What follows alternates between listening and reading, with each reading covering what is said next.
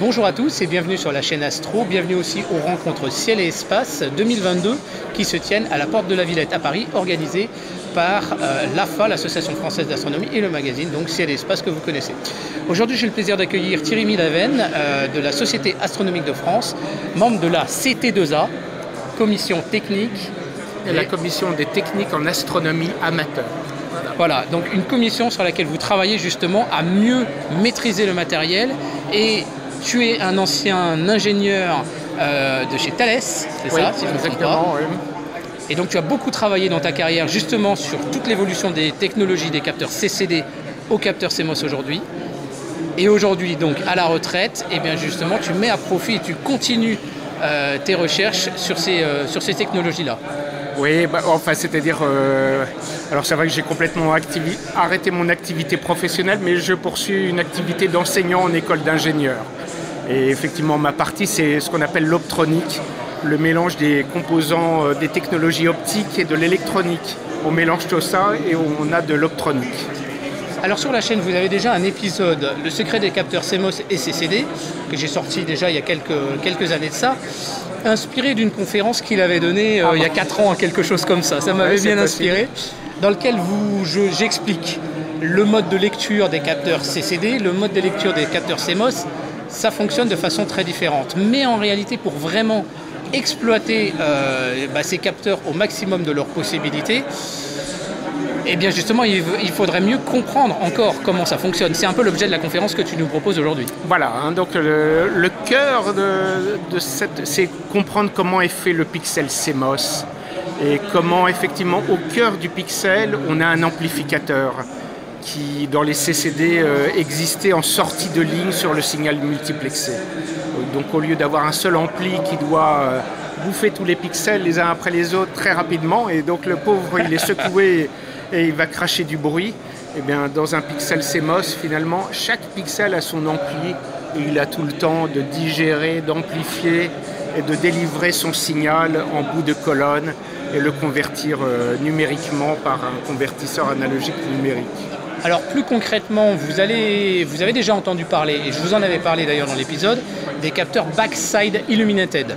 Donc une nouvelle façon de fabriquer le capteur dans la matière qui permet d'augmenter globalement la sensibilité aussi un peu du capteur, puisqu'on a une plus grande entrée pour la lumière à l'entrée du photosite.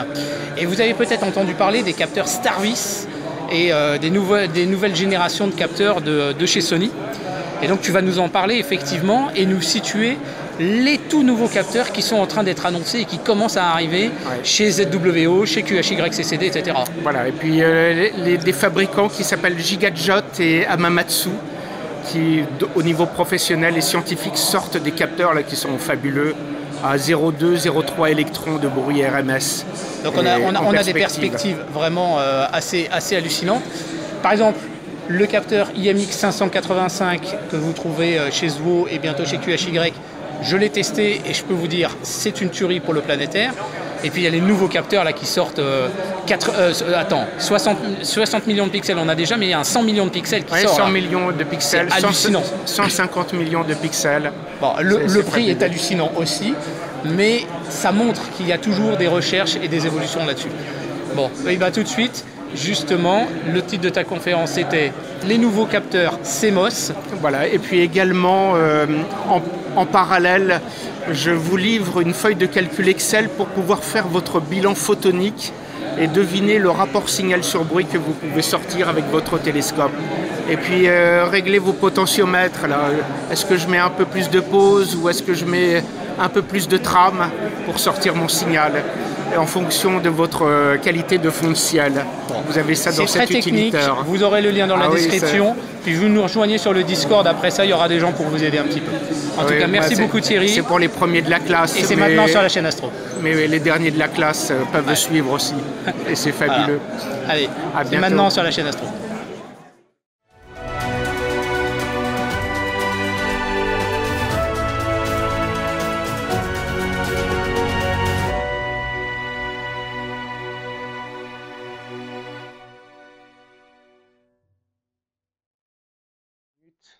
Donc je m'appelle Thierry Milaven, je suis un membre du club Eclipse, voilà, un des rares clubs parisiens, et qui a plus de 40 ans. Et puis voilà, j'appartiens à la Société astronomique de France, où on a créé d'ailleurs il y a 2 ans une nouvelle commission qui s'appelle la commission des techniques en astronomie amateur, CT2A, et qui est un peu un petit laboratoire, une ruche très active où beaucoup d'amateurs la partagent leur expérience. Et puis voilà, depuis 1 an également, avec la force de cette pression là, des collaborations amateurs professionnels qui sont, comme vous le savez, en plein développement, et beaucoup de projets là qui apparaissent, et des anciens projets qui prennent beaucoup de sens. Voilà, donc on s'est dit au sein de la commission, il faut vraiment apporter voilà, ce background technique dont on a besoin pour comprendre les limites des performances que l'on peut atteindre, comment optimiser son télescope, optimiser son instrument.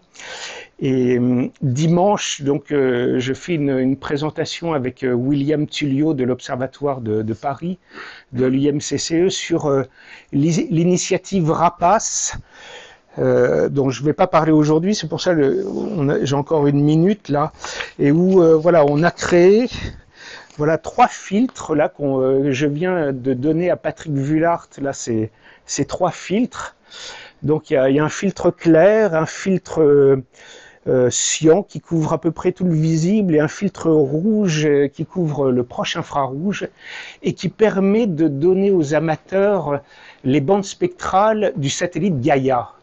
Et grâce à ce satellite et à son catalogue astrométrique, mais également photométrique, on va pouvoir donc faire de la photométrie avec beaucoup plus de sensibilité qu'avec tous les filtres UBVRI ou les filtres Sloan, là, qui sont très chers d'ailleurs, que nous proposent certains distributeurs.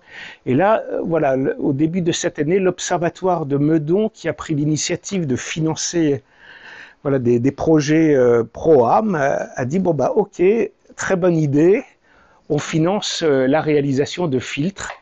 Et donc il y a comme ça 25 jeux de 3 filtres qu'on diffuse là pendant ces 3 jours auprès d'une communauté d'amateurs là qui s'est inscrite. Mais si ça vous intéresse, vous pouvez vous inscrire. Voilà, donc il est pile l'heure, donc j'embraye avec... Oui, il y a une question, Patrick? Quel est le diamètre de ces filtres? 50 mm, voilà, en épaisseur 2 mm. Et sachant que voilà, si vous avez un bon lunetier, c'est ce qu'un des membres du groupe a identifié, vous allez voir Grand Optical ou des vrais lunetiers qui ont vraiment les scies là, pour faire les découpes des verres. Pour 10 €, ils vous font la découpe sur votre gabarit si vous avez besoin de faire cette optimisation. Alors, donc aujourd'hui, je vais voilà, parler des matrices des Active Pixel Sensor, des matrices CMOS. L'an dernier, ici même, j'avais fait une présentation pour comparer les CCD et les capteurs CMOS. Donc vous pouvez revenir sur cette présentation. Il y a pas mal de planches qui sont de l'an dernier, mais cette année, j'ai décidé, c'est clair, les CCD, on va pas dire c'est terminé. Bien sûr, on a tous encore des caméras CCD, on peut les utiliser, mais c'est clair que l'avenir est au capteur CMOS. Aujourd'hui, vraiment c'est le bon choix. Thierry Legault en a parlé tout à l'heure, et c'est pas fini. On a encore des progrès en perspective qui sont considérables et qui sont fascinants, réellement fascinants. Mais par contre, ce dont on se rend compte, c'est voilà, on ne comprend pas comment fonctionne une matrice APS, et donc ça va être le gros de ma présentation, vous expliquer comment fonctionne un pixel CMOS. Ça n'a rien à voir avec un pixel CCD. Et puis la deuxième partie de la présentation, on va peut-être l'imbriquer, c'est voilà, au sein de la commission CT2A et sur beaucoup de projets, j'ai créé une feuille de calcul Excel, voilà, qui est accessible sur le site Gemini. Et je la mets à jour au fur et à mesure des projets. Et où vous voyez, je commence par la fin, mais comme ça, c'est vraiment... Donc c'est une feuille de calcul en plusieurs onglets. Vous avez le mode d'emploi ici, les constantes physiques, des données sur les angles, l'énergie des photons, ce qui est une magnitude, comment on additionne des magnitudes. Vous savez que voilà, on va le faire en temps réel. Vous voyez, vous avez une étoile de magnitude 2 et une autre étoile de magnitude 2, et vous savez que 2 plus 2, voilà, ça fait 1,25. Hein, donc avec cet outil-là, vous pouvez additionner des magnitudes, ce qui est très utile par exemple pour les occultations d'étoiles par les astéroïdes. Voilà, vous avez des données sur les filtres UBVRI, sur le Soleil, les classes spectrales des étoiles, la luminance du fond de ciel. Vous calculez votre magnitude de fond de ciel apparent en arc seconde carré. Là, donc vous pouvez le mesurer avec le Sky Quality Meter et le petit ou avec cette carte de Fabio Falci, la carte réalisée par les Italiens qui vous donne la magnitude par arc seconde carré en fonction voilà, de votre position sur le sol. Et donc là, vous avez, en fonction des couleurs, cette valeur de magnitude voilà, qui peut aller entre 18 et 21,6, peut-être pour les meilleurs sites, 22, dit-on, pour les meilleurs sites. Et vous rentrez tout ça dans une moulinette, hein, qui est... voilà, donc vous rentrez... voilà, quelle est la magnitude de l'étoile à laquelle vous vous intéressez. Et donc, je reviendrai dessus dimanche. L'enjeu, c'est peut-être détecter, par exemple, la magnitude 20. Vous donnez la classe spectrale de l'étoile ou sa température. Hein, la feuille de calcul vous donne l'éclairement lux qui est donné. Si c'est un astéroïde, vous pouvez donner la position de l'astéroïde, son diamètre si vous le connaissez, ou vous pouvez forcer la magnitude de l'astéroïde. Et puis après ça, donc, vous rentrez justement la magnitude du fond de ciel, vos conditions d'observation, la hauteur visée. Et puis, bien sûr, après ça, donc, vous allez définir votre télescope préféré. Donc, alors ça marche plus, voilà. Hein, vous donnez le diamètre de votre télescope, sa focale, son obstruction centrale. Et puis ici, c'est ce dont on va parler. Donc là, par exemple, j'ai mis l'IMX 455, là, le capteur qu'on trouve dans les caméras ZOO 6200 ou les QHY 600. Vous rentrez le pas-pixel, la dimension de la matrice, la longueur d'onde crête du rendement quantique, la largeur de la bande du rendement quantique, et on va calculer le rapport signal sur bruit que vous pouvez obtenir sur l'étoile et l'astéroïde, et qu'est-ce que vous pouvez faire pour améliorer ce rendement, ce rapport signal sur bruit, et en particulier donc le premier paramètre que vous pouvez changer, c'est bien sûr le temps d'exposition. Hein, donc, qui est ici. Et dans la feuille de calcul, vous rentrez en particulier donc quel est le bruit de lecture du capteur. Et vous verrez, vous répondrez à cette question qu'a posée Thierry Legault ce matin, et de manière très simple, c'est effectivement, est-ce que c'est plus intéressant de faire une pause unique ou un empilement de plusieurs pauses pour atteindre cette magnitude que vous voulez atteindre. Voilà, donc je reviendrai tout à l'heure pour finir sur cette feuille de calcul, mais on mettra quelques chiffres là liés à ces matrices. Alors donc tout d'abord, ces matrices CMOS donc, sont faites en silicium, donc c'est un semi-conducteur de la colonne 4 sur lequel on va pouvoir introduire des dopages pour apporter des porteurs majoritaires, soit des électrons ou soit des trous. Hein, donc on fait ça simplement en échangeant certains atomes de silicium voilà, soit par un atome de phosphore ou soit par un atome de bore facilement, et éventuellement d'autres éléments, mais c'est ce qui est fait le plus simplement. La matrice cristalline du silicium, c'est la matrice du diamant.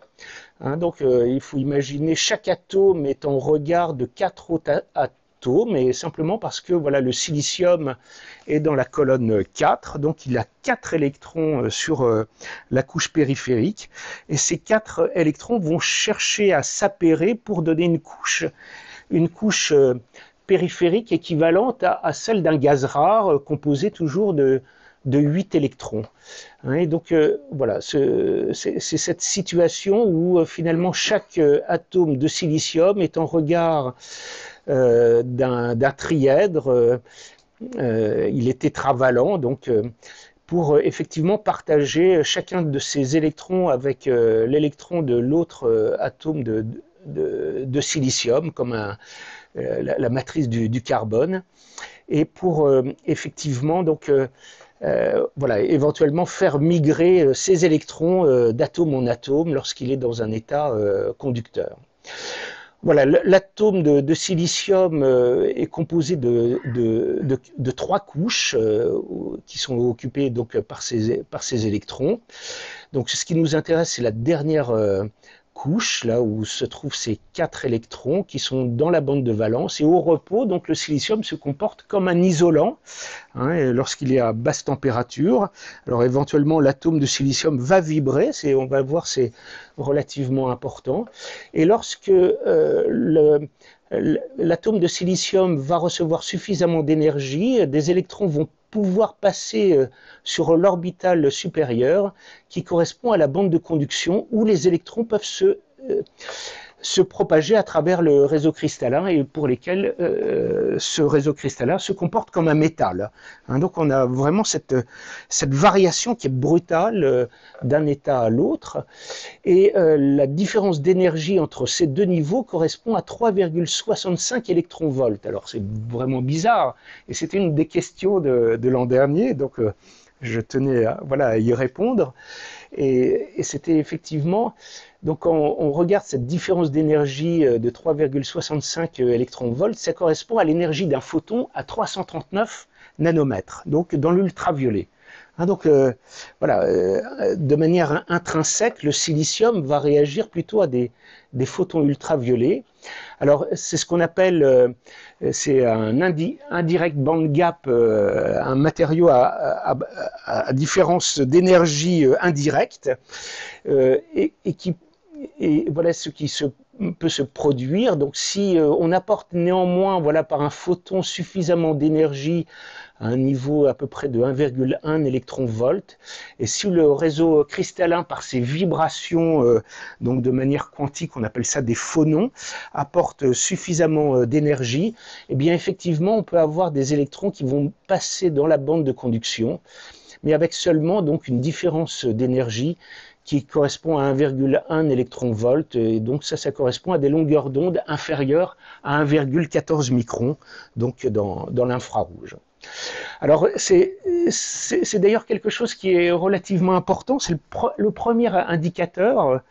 Hein, il faut se rendre compte que quand on utilise un détecteur silicium, si on veut maximiser sa réponse quantique dans l'infrarouge, dans les grandes longueurs d'onde, là où on a le niveau d'énergie le plus faible, eh bien finalement il faut apporter un peu d'énergie dans le réseau cristallin, le faire vibrer, et c'est pas forcément une très bonne idée donc de trop refroidir le détecteur. Hein, et attendez-vous à ça, donc en fonction de la température du détecteur, vous allez voir la courbe de rendement quantique dans l'infrarouge qui peut changer, et à la faveur de la chaleur, vous allez gagner en rendement quantique dans les grandes longueurs d'onde, si c'est quelque chose qui vous intéresse. Voilà, alors ici vous avez l'explication également de la réponse spectrale du silicium, qui correspond finalement à quelle est la probabilité pour qu'un photon soit absorbé par un atome de silicium. hein, et donc cette probabilité correspond à une profondeur d'absorption. Et ici, vous avez voilà cette courbe en fonction de la longueur d'onde, de la profondeur d'absorption. Alors, donc, vous voyez, par exemple, si je me mets à 500 nanomètres, voilà, cette profondeur d'absorption vaut ici, donc, la pénétration, ici va valoir, alors attendez que je me mette dans le bon sens, voilà, si je me mets à 500 nanomètres, voilà, cette profondeur d'absorption ici va équivaloir à quelque chose qui est de l'ordre de, ici de 1 micron, voilà, d'épaisseur, hein, à 500 nanomètres. Et puis par contre, voilà, si je me mets à 1 micron de longueur d'onde, voilà, vous voyez cette profondeur d'absorption vaut 10 puissance 7 microns. Hein, donc ça veut dire c'est 10 millimètres. Donc effectivement, on comprend bien que le matériau, le silicium devient de plus en plus absorbant.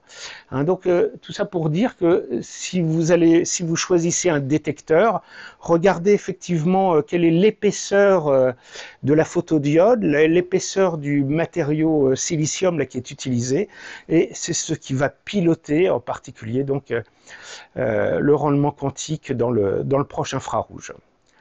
Voilà.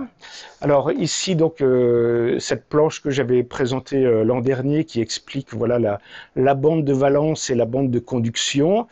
Hein, donc le gap du semi-conducteur correspond à cette différence d'énergie qu'on appelle la bande interdite. Voilà, et donc qui correspond voilà, à des énergies de photons donc qui doivent être inférieures à 1,1 micron de longueur d'onde. Mais voilà, contrairement à ce qui se passe dans un morceau de silicium utilisé pour un CCD, où on a simplement voilà, du silicium éventuellement dopé qui constitue une capa MOS, dans un détecteur CMOS, on utilise des photodiodes. Donc on va avoir la jonction entre un matériau dopé N avec des électrons comme porteurs majoritaires et un matériau dopé P avec des trous, donc comme porteurs majoritaires. Et on va avoir à la jonction un matériau intrinsèque, une petite couche de silicium, et c'est ce qu'on va appeler la diode PIN qu'on va trouver dans les capteurs CMOS. Alors avec les mains, comment fonctionne une photodiode, hein, donc vous avez au repos voilà une région dopée N, donc vous avez les atomes sont neutres, hein, donc il y a quelques atomes supplémentaires de la bande de la colonne 5 du tableau de Mendeleïev, et on a des atomes là qui sont des donneurs d'électrons. Et puis dans la zone dopée P, donc vous avez des atomes avec un électron en moins sur la couche périphérique. Avec l'excitation donnée simplement par la température du matériau, on peut avoir des électrons et des trous qui passent dans la bande de conduction, et bien sûr ces deux charges vont se neutraliser et vont se recombiner, hein. C'est ce qu'on appelle une recombinaison de paires électron-trou, et il va en résulter finalement de manière statique. Vous voyez, on va avoir deux matériaux qui vont être ionisés. D'un côté on va avoir un matériau qui est majoritairement chargé positivement, il a perdu ses électrons, et de l'autre côté on a un matériau qui est chargé négativement. Et donc, naturellement, on a un champ électrostatique qui apparaît entre ces deux bornes.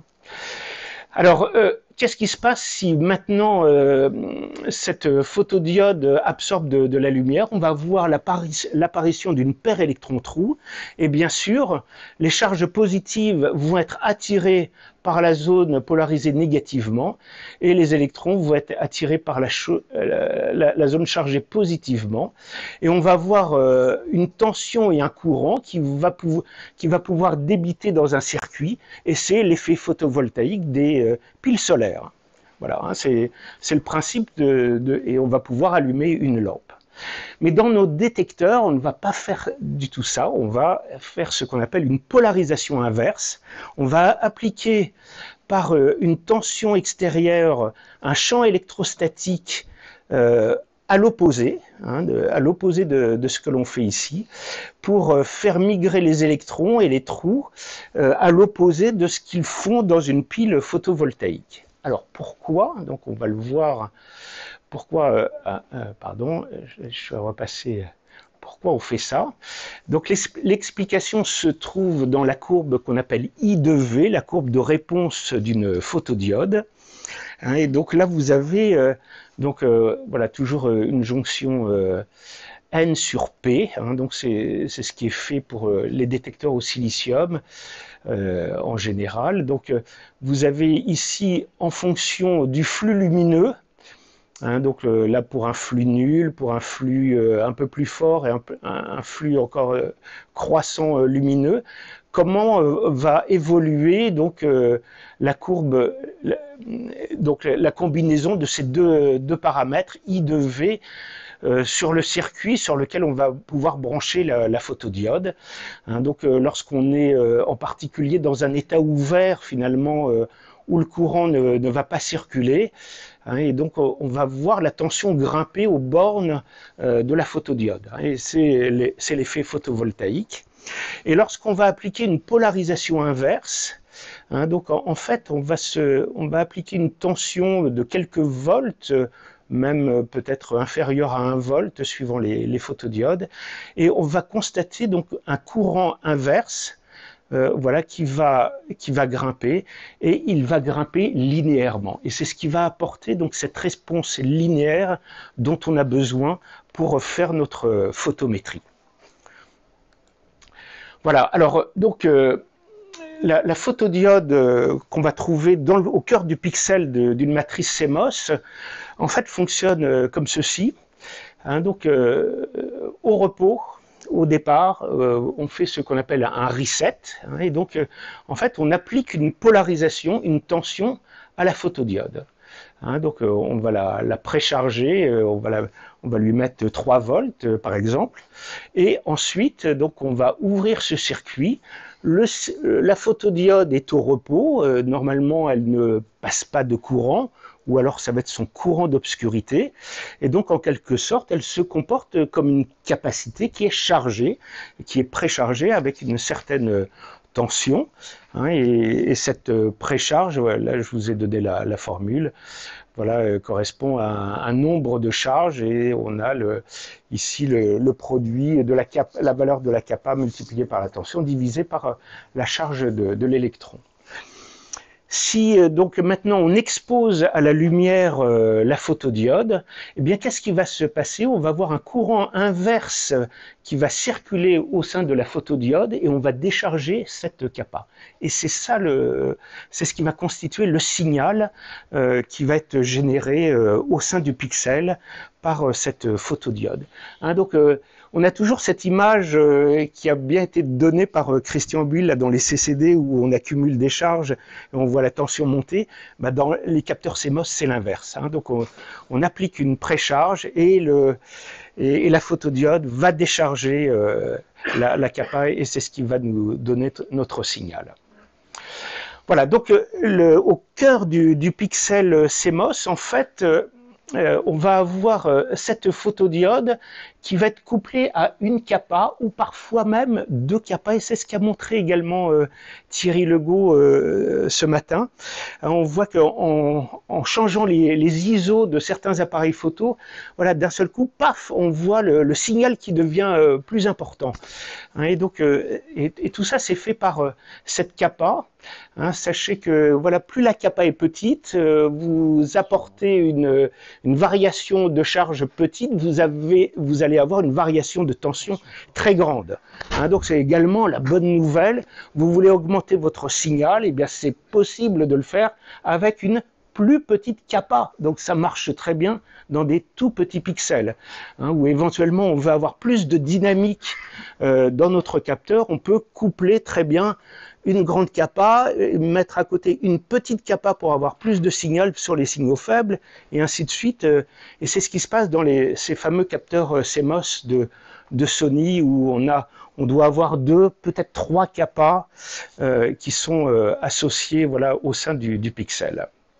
Voilà, et associé à cet ensemble sensible, en fait, on a ensuite derrière 3 transistors, c'est ce qu'on appelle le pixel 3T.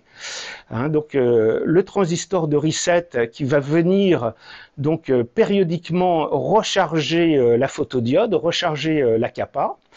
Et lorsqu'on démarre la pause, bien sûr, on ouvre ce transistor de reset et on regarde comment la tension diminue. Et ici, on a un MOSFET, donc un transistor suiveur qui va être capable de délivrer la tension sur une haute impédance. Et ça, c'est également très différent des capteurs CCD. Les CCD, on décharge des capas de proche en proche et c'est destructif et on n'a pas beaucoup de signal, on peut perdre des électrons dans la bagarre. Alors que là, on a une tension qui est en plus amplifiée par le transistor suiveur et qui va pouvoir donner une valeur que vous allez pouvoir lire éventuellement plusieurs fois. Et cette tension, elle va être disponible sur une colonne lorsque, ici, le transistor de sélection est en contact. Et donc il faut imaginer ça, c'est un pixel. Vous avez la même chose au-dessus, la même chose en dessous. Et vous avez les pixels comme ceci qui sont connectés à la même colonne. Et alternativement, lorsque vous faites la lecture du signal de votre pixel, donc vous faites, vous établissez ce contact ici pour réaliser cette lecture. Voilà, et il faut bien voir que ce transistor suiveur, dans un circuit CCD, où est-ce qu'il est? Il est à la fin, sur votre signal complètement multiplexé. Et on va lui demander dans un CCD à faire la lecture d'une trame et d'amplifier le signal, de convertir en tension le signal d'un mégapixel, par exemple. Alors qu'ici, vous voyez, on va lui demander de faire ça que pour un seul pixel, et on va lui lire la valeur qu'à chaque fois qu'on lit la ligne. Et donc ça, c'est également la bonne nouvelle, c'est là où est le secret de la sensibilité d'un capteur CMOS, c'est que par rapport à un pixel CCD, l'ampli, au lieu de fonctionner pour tous les pixels de la matrice, là, l'ampli, on lui demande de fonctionner transitoirement sur un seul pixel, et à chaque fois qu'on lit seulement la ligne. Donc on a un rapport de ce fait qui est très, très favorable, et ce rapport qui est très favorable va nous faire passer de quelques dizaines d'électrons, le bruit RMS d'un CCD, à de l'ordre de l'électron, et je vais vous montrer même à la fin de la présentation moins de 0,3 électrons. Voilà, alors la mauvaise nouvelle dans les capteurs CMOS APS à 3 transistors, c'est le bruit de reset. À chaque fois qu'on recharge cette capa, si on fait ça très rapidement, eh bien finalement on va avoir aussi une fluctuation de cette tension de précharge et qui va nous donner un bruit de reset. C'est ce qu'on avait en particulier les capteurs CMOS à 3 transistors. Ça correspondait aux premières générations des webcams qu'on avait à la fin des années 90, début des années 2000. Voilà, et c'est en particulier Canon a été le pionnier en 2008 avec le 350D à introduire donc un quatrième transistor dans le pixel qui est ici pour pouvoir faire finalement alternativement découpler ou coupler la photodiode à la capa dont on va mesurer la tension de précharge ou de décharge pour pouvoir faire une mesure avant et à la fin de la pause. Et en faisant la différence, bien sûr, on va neutraliser ce bruit de reset. Et on retrouve ici les mêmes transistors que tout à l'heure. Voilà. Et puis, dernier raffinement qui a été introduit en particulier par Fairchild en 2008, ils ont introduit un pixel 5T qu'on appelle Global Shutter. Donc comme on l'a vu tout à l'heure, à chaque fois qu'on lit une ligne, donc c'est par l'établissement de ce contact sur une colonne, en quelque sorte on va terminer la pause et on lit la ligne, ce qui veut dire que chaque exposition, donc bien sûr est dépendant et variable ligne après ligne, si on lit séquentiellement la matrice. Hein. Et donc, pour neutraliser ce déphasage, eh bien, donc on peut introduire un transistor ici de global shutter qui va pouvoir évacuer les charges ici avant le début de la pause, en quelque sorte. Hein. Et donc, on va pouvoir synchroniser le début de la pause et la lecture grâce à ce dernier transistor. Par contre, on va perdre en rapport cyclique, alors que dans le cas précédent, donc on expose et on lit et on fait ça sans arrêt. Là, finalement, on démarre pas la pause, on démarre la pause, puis on lit. Hein, et puis voilà. Mais donc on a un temps mort pour effectivement synchroniser les expositions de toutes les lignes. Voilà. Alors après ça, donc on en est à des situations où dans le pixel, alors songez que dans l'IMX 455, c'est un capteur CMOS à 7 transistors. Hein, et aujourd'hui, tous les designers de matrices CMOS donc, déposent des brevets pour concevoir voilà, des pixels avec 6, 7, 8, 10 transistors. Et il y a même, je vous montrerai une planche peut-être voilà, à la fin, une société là, qui s'appelle Prophétie, qui est à la Bastille, une start-up, qui fait le design de matrices vraiment très particulières, où vous avez jusqu'à 100 transistors dans le pixel. Et ça, c'est merci aux fonderies semi-conducteurs, où on est passé des technologies 180 nanomètres à 65 nanomètres, et aujourd'hui, le top, c'est on est à 5 nanomètres de paramètres de finesse dans les fonderies, et donc ce qui permet de faire voilà, de mettre plein de transistors dans le pixel. Voilà, alors donc quand on fait de la photométrie, bien sûr, voilà, ce qu'il faut maîtriser, c'est finalement sur mon pixel, je vais recevoir un certain nombre de photons. Ces photons vont correspondre, on l'a vu, à des charges qui vont faire monter la tension sur une kappa, ou faire varier, ou on va plutôt faire une décharge de kappa, voilà, que l'on va amplifier et ensuite que l'on va numériser sur des bits. Hein, donc finalement, ce qu'il faut arriver à maîtriser, c'est j'ai combien d'électrons par bit. Hein, et sachant que cette quantification va être également une source de bruit. Alors, où sont nos bruits? Donc, voilà un schéma là, qu'on avait fait avec quelques collègues là, pour bien cerner l'origine des bruits. Donc, la première origine des bruits, c'est la variance du signal photonique. On reçoit des photons de notre étoile, même si l'étoile est stable, même si ça n'est pas une étoile variable. Voilà, c'est un processus poissonien qui nous envoie ces photons. Ce sont majoritairement des photons spontanés. On pourrait parler dans un autre cours, une autre conférence des photons stimulés et qui ont une autre statistique. Mais voilà, et quand on reçoit 100 photons, eh bien voilà, ce que nous prédit Poisson, c'est que la fluctuation à un sigma va être égale à la racine de ces 100 photons. Donc j'ai un bruit de 10 photons et j'ai un rapport signal sur bruit de 100 divisé par 10, et donc je ne peux pas faire mieux que ça. Mais par contre, ce que je peux chercher à faire, c'est effectivement que ce bruit soit dominant par rapport à tous mes autres bruits. Donc, autre source de bruit, c'est le courant d'obscurité, et c'est une valeur qui est variable, malheureusement, suivant les défauts du réseau cristallin, et chaque pixel, on le sait bien, on a des pixels plus ou moins chauds qui peuvent générer un courant d'obscurité. Donc ce courant d'obscurité, c'est également un nombre de charges. Si ça n'était qu'un nombre de charges fixe, ce serait facile effectivement à soustraire en soustrayant donc l'offset ou la valeur moyenne de ce dark. La mauvaise nouvelle, c'est que ça aussi c'est un processus poissonien, et en général, voilà, quand on reçoit n électrons par le courant d'obscurité, eh bien on a une fluctuation RMS qui est égale à la racine de ce nombre d'électrons. Derrière, vous avez le bruit de lecture, et dans le capteur CMOS, il va nous être donné par cet ampli. Hein, c'est effectivement le transistor suiveur qui va nous donner un bruit de lecture qui, si on s'arrange bien, voilà, va peut être très faible, c'est ce que l'on va voir par rapport à notre signal, mais également par rapport au capteur CCD.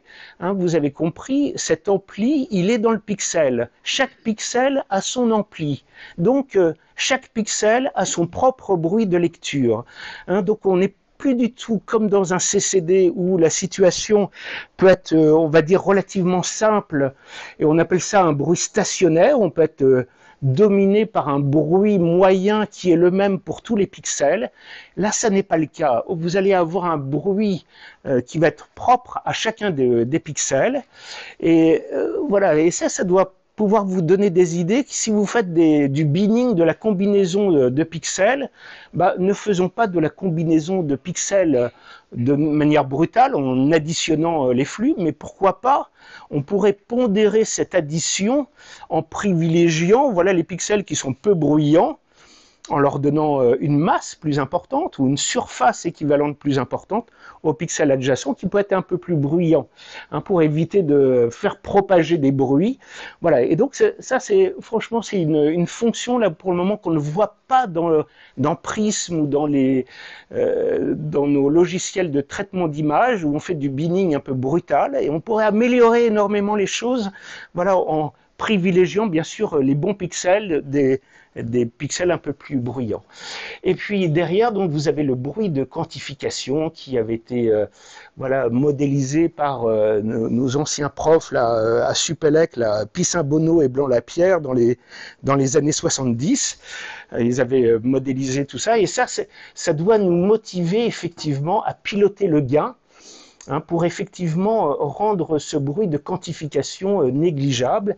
Et donc ça peut conduire à des situations qui sont, on va dire, je sais pas, incompréhensibles, où on va pouvoir, pourquoi pas, donner des niveaux de quantification qui correspondent à 0,2 électrons, 0,3 électrons. On va amplifier le signal pour que le pas de numérisation soit très inférieur à la variation de tension associée à un électron. Et tout ça pour tenter de neutraliser le bruit de lecture, et on va le voir, c'est ce qui est fait dans une de ces matrices. Voilà, bon, le courant d'obscurité, comme dans les CCD, c'est quelque chose qui varie à peu près d'un facteur 2 pour un delta de 7 degrés. Voilà, alors donc, vous voyez une matrice CMOS, c'est une composition de 2 pixels, et dans le pixel, donc, on va avoir la photodiode et la kappa associée, et ici, cet ampli qui va nous permettre d'injecter ici la tension en bas de la colonne. Autre élément qui est vraiment fondamental par rapport au CCD, c'est finalement vous polarisez. Vous faites votre reset, vous lisez la colonne et vous accédez directement au pixel qui vous intéresse. On n'est plus obligé de lire toute une matrice CCD pour pouvoir accéder au signal. Et pourquoi pas, vous savez que votre étoile est sur ce pixel, eh bien vous pouvez lire en permanence un seul pixel à très haute cadence. Ou bien sûr faire ces opérations de fenêtrage ou de multi-fenêtrage. Alors, les matrices CMOS, c'est une planche là, que j'ai empruntée à Pierre Ferrer là, de Teledyne 2V Thomson composant semi-conducteur. Voilà, on va dire en 40 ans de développement, 50 ans de développement, eh bien, vous voyez, on est passé de situations où on met de plus en plus de données au niveau du pixel. Et les prochaines étapes là, qui sont en train de se préparer, c'est que l'on mette le convertisseur analogique numérique, non pas en bout de colonne, comme on le connaît aujourd'hui, ou en extrémité de ligne là, pour les capteurs Sony, mais qu'on fasse la conversion analogique numérique directement dans le pixel. C'est la prochaine étape là, qui est en train de se préparer. Alors voilà l'effet du rolling shutter et du global shutter, qui est un sujet auquel on est très sensible quand on fait des occultations d'étoiles et où on veut une datation très précise.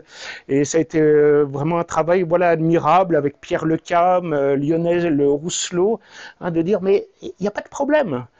simplement, on est en mode rolling shutter, on lit la matrice à une certaine cadence, à une certaine vitesse, et donc voilà la datation de ma trame, la datation de mon exposition pour l'étoile qui m'intéresse, qui va être occultée.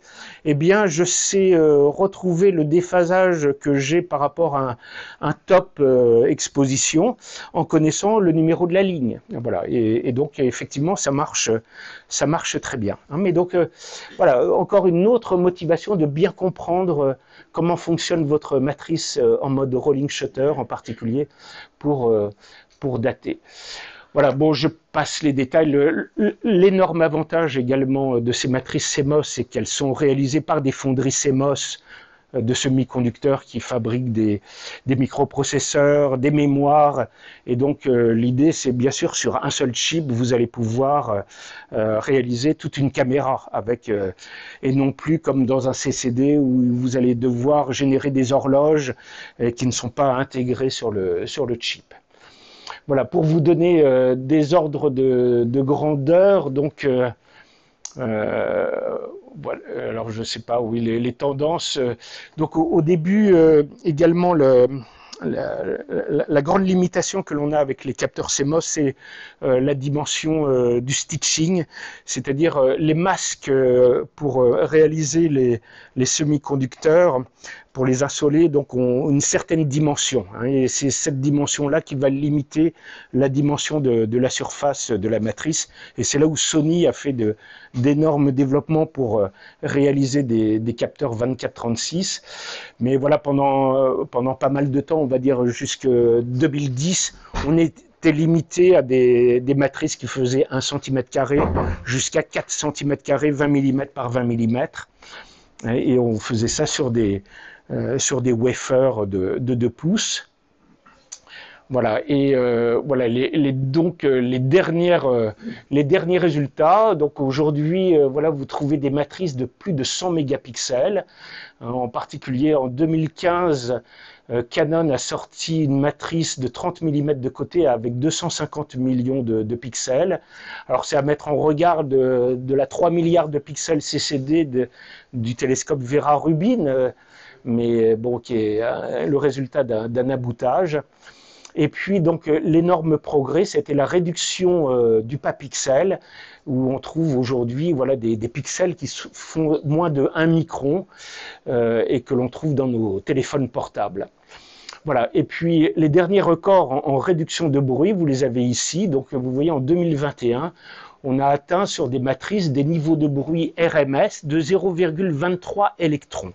Donc ce qui est très inférieur à l'électron et ce qui vous permet effectivement de se dire on va pouvoir faire la détection du photoélectron unique avec un rapport signal sur bruit, vous voyez, de 4. L'autre progrès, ça a été d'appliquer, comme sur les CCD, les techniques back illuminated. Donc, dans une étape de la fabrication, on va reporter le wafer sur une céramique semi-conductrice, on va l'amincir pour l'amener à une épaisseur de quelques dizaines de microns et on va éclairer la matrice CMOS par le dos. Et grâce à ça, on va obtenir des taux de remplissage et des rendements quantiques supérieurs à 90%. Voilà. Et puis l'autre progrès, ce sont les fonderies wafer qui sont passées chez Sony en 450 mm. Donc vous imaginez, voilà, un wafer, le coût de fabrication d'un wafer, l'ordre de grandeur, c'est quelques milliers d'euros, suivant le nombre de couches, on va dire 2000, 3000, 4000 euros. Donc vous divisez la surface de 450 mm par le nombre de matrices et vous trouvez le coût marginal de la matrice. Et c'est comme ça que on arrive aujourd'hui à faire des capteurs dans les téléphones portables qui valent $1, moins de $1. Le prix est complètement ridicule. Voilà. Par contre, la mauvaise nouvelle, c'est qu'il y a une redistribution des cartes entre les industriels. Il y a de moins en moins d'industriels. Beaucoup s'écroulent. Et en particulier, on peut avoir une larme pour Thomson Composants Semi-Conducteurs, là, qui faisait nos CCD à Saint-Égrève, qui a été racheté par E2V, et E2V s'est fait racheter par Teledyne aux États-Unis, et aujourd'hui la fonderie donc appartient aux Américains.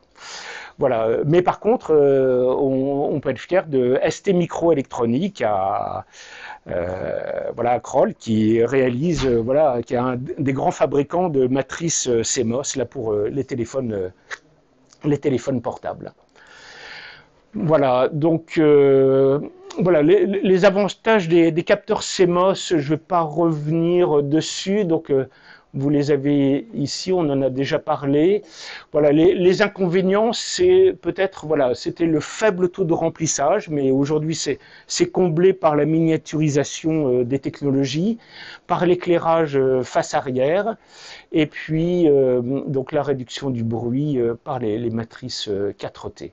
Voilà un tableau que j'avais fait il y a quelques années là pour comparer, suivant différents critères, les avantages et les inconvénients des CCD, des EMCCD avec les matrices CMOS à 4 ou 5 transistors. Voilà, et ça peut vous guider en fonction de votre application.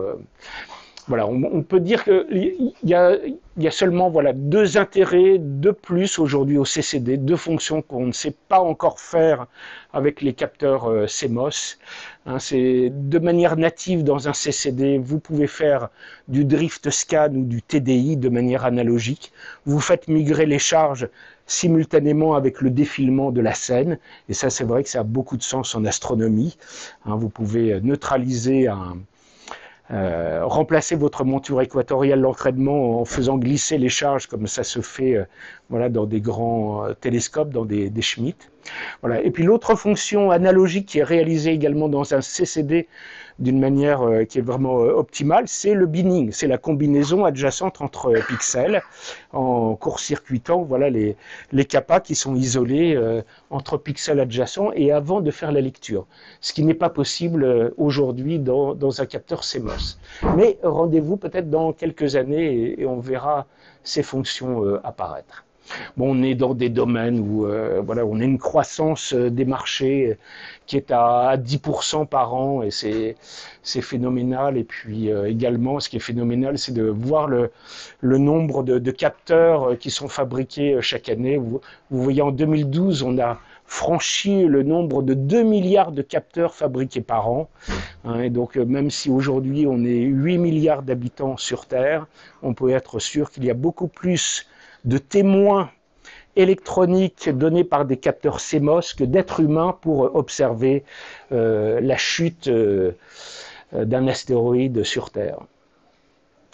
Voilà, donc les prix, voilà, je vous les ai mis là. Alors, donc quelques exemples de matrices CMOS. Donc voilà, chapeau à Canon qui a été vraiment le pionnier en conception de ces grandes matrices là qu'on a trouvées dans les 5D et dans les 2436.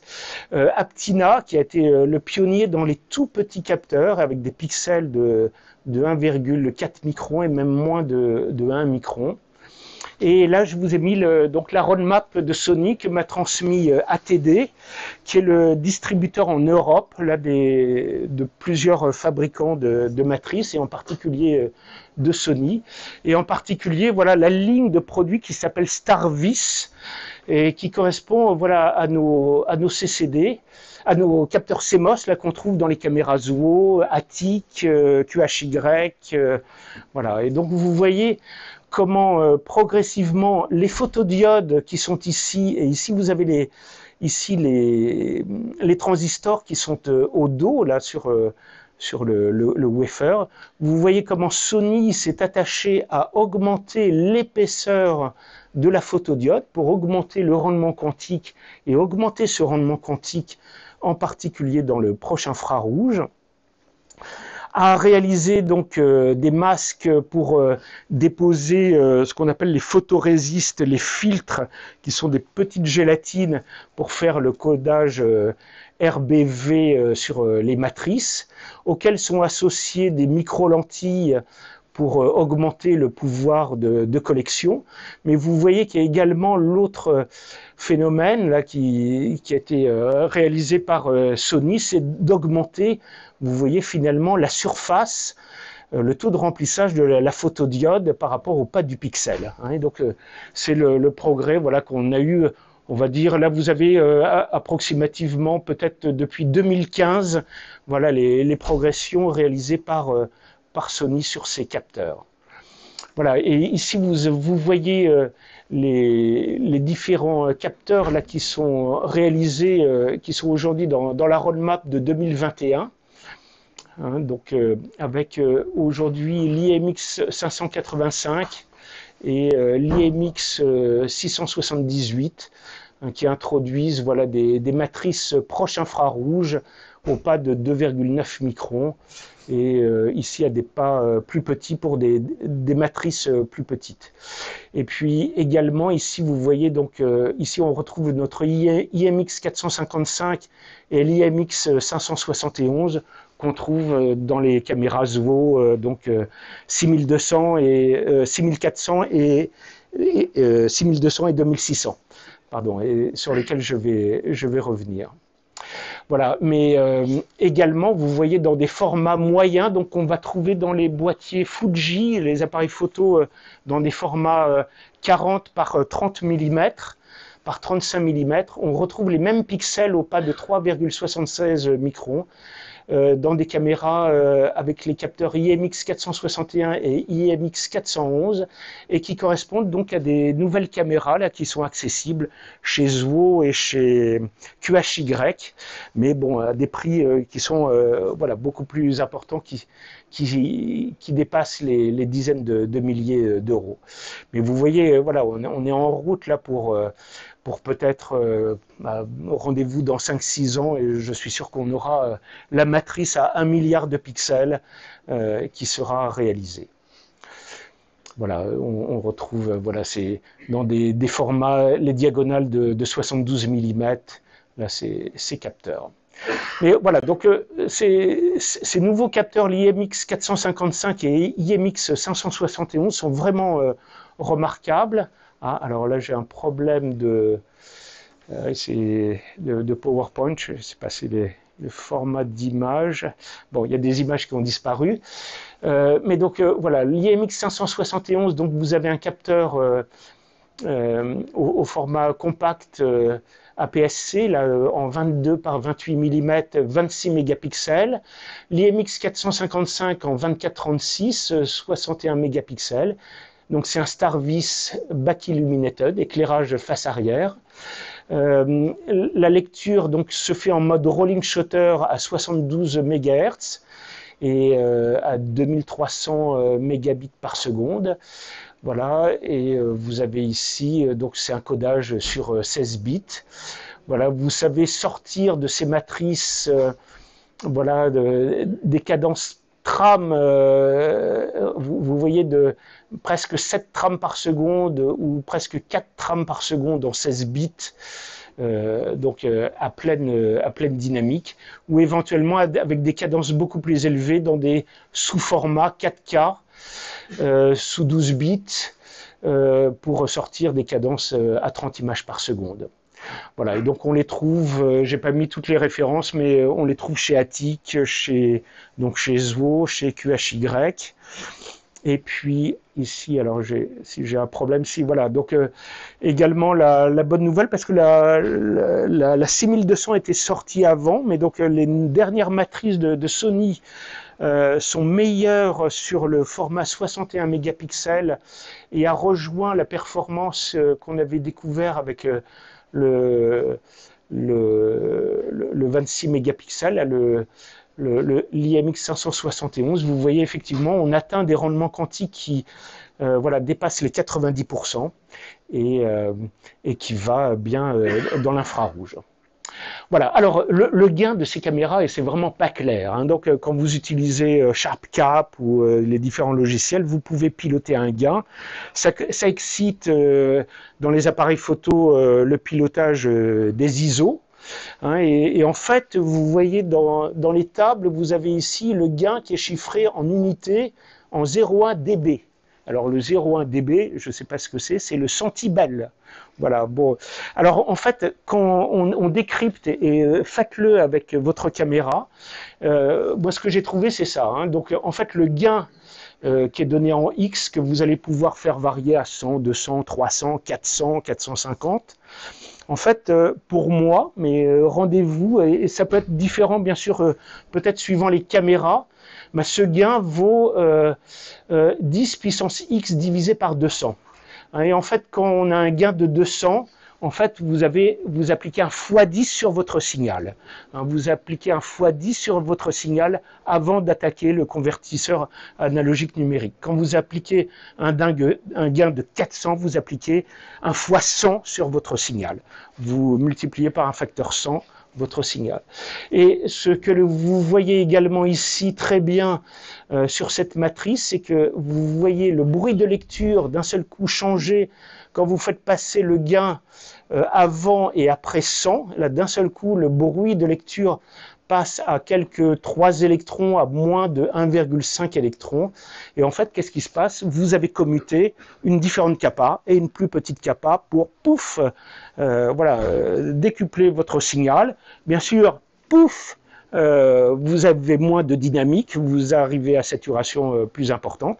Mais pourquoi pas faire une pause comme ça et une pause, pouf, et alternativement, et vous faites la somme et vous avez vous augmentez votre dynamique. Voilà, alors les capteurs CMOS très faible bruit, qu'on appelle les capteurs scientifiques. Donc Fairchild a été le pionnier. J'ai eu cette chance d'avoir ces premiers capteurs entre les mains dans mon activité professionnelle, et ce qui a donné naissance à pas mal de matériel de vision nocturne. Voilà, d'un seul coup, on a eu accès à des capteurs qui atteignaient... je passe les détails avec double convertisseur analogique numérique. Mais vous voyez, voilà le bruit RMS, un histogramme de bruit RMS de ces pixels. Donc vous voyez effectivement que chaque pixel a un niveau de bruit différent. Et vous voyez qu'il y a quelques pixels malheureusement qui ont des niveaux de bruit RMS de l'ordre de 3, 4, 5 électrons, mais que en moyenne, de manière médiane, ou je ne sais pas, la valeur maximale est autour de 1 électron. Et quand j'ai fait cette mesure, j'étais vraiment baba, et j'en ai parlé à Boyd Fowler, qui était le directeur technique. Je lui ai dit, mais écoute, tu as des pixels qui sont à 0,6 électrons de bruit. Je veux tous mes pixels comme ça. Et il m'a dit, bien sûr, on a réalisé et on va le faire. Et donc, c'était effectivement améliorer le processus. Et donc, ça a donné la naissance à une nouvelle famille de matrices à 0,8 électrons de bruit qui est sortie chez Fairchild, dans une matrice là, qui est remarquable, qui est capable de sortir à 5 mégapixels, 100 trames par seconde, avec ces niveaux de bruit.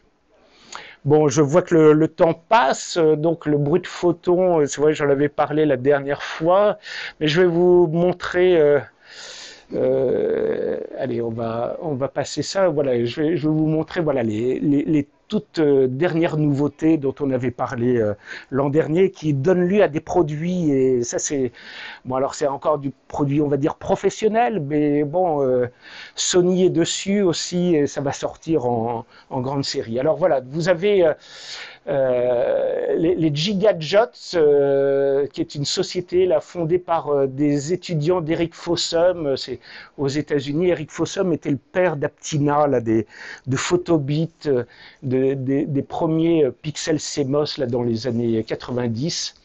Et Hamamatsu au Japon, et qu'on trouve dans des caméra dite Orca, et quand on gratte, je me suis rendu compte que la matrice qui est dans la caméra, elle vient de Suisse, en fait, elle est pas loin d'ici, et donc voilà, ce qu'il y a de remarquable, c'est ici vous voyez sur ces matrices, on les expose à une plage de luminance uniforme très faible, de quelques photons en moyenne, donc une valeur moyenne de quelques photons, et on regarde l'histogramme du nombre, de la valeur de la tension que sort chacun de ces pixels, donc entaché du niveau de bruit. Et donc vous voyez ce que l'on on constate sur ces matrices, c'est que finalement l'histogramme ici n'est plus du tout une courbe en cloche, mais on voit effectivement la valeur de la tension associée à chacun de ces pixels, soit autour de 0, soit autour de 1, soit autour de 2, soit autour de 3, ou soit autour de 4. Et donc vous voyez effectivement les pixels qui ont vu 0 photon, 1 photon, 2 photons, 3 photons, entachés du bruit de lecture, mais comme le bruit de lecture de la matrice est de l'ordre de 0,22 électrons, 0,32 électrons, on arrive effectivement à avoir un rapport signal sur bruit pour effectivement bien identifier le niveau de quantification, le nombre entier de photons absorbés par le pixel. Voilà, donc vous voyez ces tests là qui sont faits sur des mires pour montrer effectivement comment voilà, on arrive à des niveaux de bruit de 0,23 électrons de bruit sur ces caméras. Voilà, alors ces bruits de lecture malheureusement également voilà, sont pas identiques sur tous les pixels. Il y a des très bons pixels et puis il y a des pixels qui sont un peu moins bons. Mais voilà, vous voyez une comparaison justement là d'une matrice Fairchild à 1 ou 0,8 électrons de bruit. Et ici, la même scène observée par ces caméras avec des niveaux de bruit de 0,23 électrons de bruit. Et donc effectivement, on a... Et puis la bonne nouvelle, c'est toujours un très bon rendement quantique, 90%. Et voilà. Hein, donc voilà. Donc voilà. Donc les avantages et les inconvénients. Hein, les derniers avantages des CCD. Donc le binning analogique, le drift scan, le bruit stationnaire, mais malheureusement il est très fort. Bon, et puis il y a également les EMCCD, la multiplication d'électrons, mais bon, l'intérêt diminue, mais voilà, les capteurs CMOS, c'est faible coût, petit pixel, et ça c'est un avantage hein, pour être adapté à notre figure d'Airy et même suréchantillonner la figure d'Airy. On a une caméra on-chip, la caméra va coûter moins cher et également à fabriquer. Et puis voilà, donc en perspective, peut-être dans quelques années, voilà, je vous dis 0,15 électrons de bruit et on s'arrête là, c'est tout, et on sait quantifier les matrices. Voilà, donc j'en ai terminé. Simplement, je veux vous montrer voilà, cette feuille de calcul. Donc comment ici, sur... donc si ça vous intéresse, je vous la donne, là, si vous avez une clé USB. Vous allez pouvoir sortir, voilà, en mettant donc la dimension du pixel, le niveau de bruit de votre capteur et la luminance du fond de ciel. Vous allez savoir, voilà, avec quel rapport signal sur bruit vous sortez une étoile de magnitude 20, par exemple, avec un temps d'exposition de 60 secondes, et on reviendra dessus dimanche. Voilà, je vous remercie de votre attention.